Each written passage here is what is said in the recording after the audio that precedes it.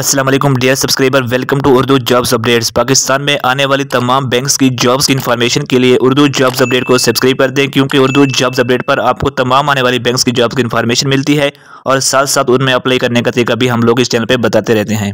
Dear subscriber, इस वक्त bank इस्लामी में प्रोडक्ट मैनेजर की असामियाँ आ चुकी हैं, जिसके लिए अगर हम क्वालिफिकेशन की बात करें तो इसके लिए बैचलर डिग्री होना लाजमी है। इसके अलावा इसमें अप्लाई करने की जो लास्ट डेट है वो 22 जनवरी 2024 है।